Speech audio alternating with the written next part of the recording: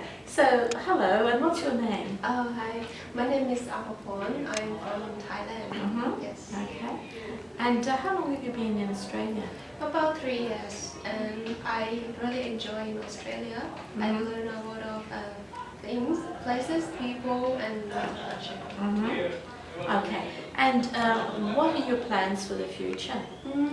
I'd like to do a master degree here. After that, I will plan again about my future. Maybe I go back to my country, or maybe I find another chance to stay here longer to work for experience. Okay. And so what levels have you attained in the IELTS exams? I did academic exam in IELTS, and I also tried general in GT general in IELTS also. And what did you achieve? I had listening in 7 and reading in 7, and also 5.5 in writing, and speaking I got 6. So, did you find that there was a big difference between the academic exam or the academic test and the general training test? Yes, the academic one I think is more difficult in terms of using vocabulary, and in the speaking test, it is important to use academic word to speaking, and it also in the writing test. It's different part in the part 1 of in academic is a graph. In academic, pattern or graph or tables. It just explain of the information they give you. But in the part 1 of general training is a letter.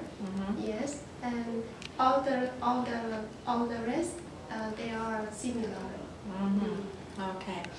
And what did you actually achieve in the general training? Do you know, or have you not got the results yet? The general training, I didn't get the result yet, but in academic, I found that I really lack of skill in writing and speaking. I think my vocabulary not have varied and extend vocabularies, and also I had a grammar mistake. For example, in articles, and also the tense that I use, I mix the tense together. So I think to join IELTS class helped me in this point a lot.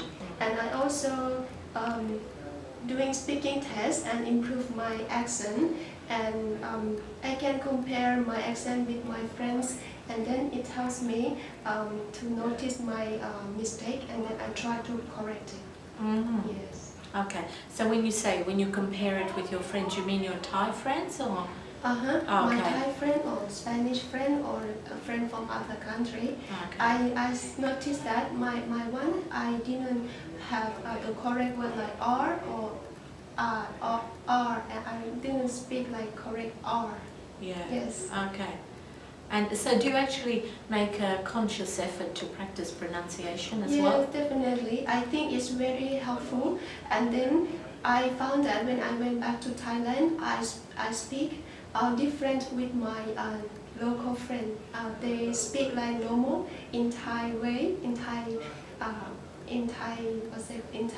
accent, but I try to speak like Australian accent, so it makes me different. Yeah. Did you notice the main problem that Thai students have often is the ending of the words are not pronounced at all? Yes. Did you really notice it this time? Yes, I noticed that there's a lot of pronunciation mistake and the plurals and singular. And then S and the plurals and this, leaving out the plurals is a problem, isn't it? Yes. But it's also the fact that you must probably notice that the endings of the words are left out. Yes. Also, I feel more confident compared to before. When I'm speaking and I start communicate with people, I feel more confident, and I think that is the most important thing to learn how to communicate and make the confidence of yourself. What about the fact that sometimes in class I get people to read aloud? Do you think that's a good thing or a bad thing? Be honest about that. What does it? Do you think it's a good way of getting people to focus on those little pronunciation issues? Firstly, I tried it. I think it looks like kids' way, like learning with like the way the kids learning by read aloud.